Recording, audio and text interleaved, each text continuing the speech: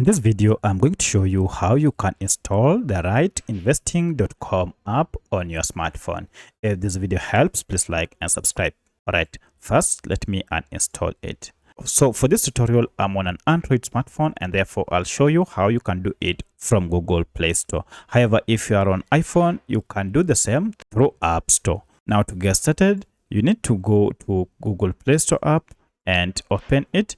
And from here, log in with your Gmail before you can search for your app by name. Now here, I'll just search for investing.com, just like that, and then search. So if I run my search, you can see we have the app here. Open it first and make sure that it is from investing.com. And at the time of recording this app had a star rating of 4.6 with over 994,000 reviews. So it has been reviewed a lot. And currently it has over 50 million downloads. So this data might have changed by the time you are watching this.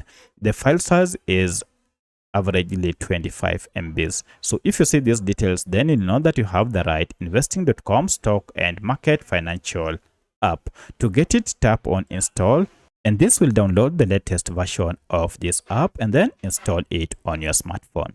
So that's how you can install the right investing.com app on your smartphone. If you have any other question, kindly let me know in the comment section. Otherwise, thanks for watching and let's meet in the next video.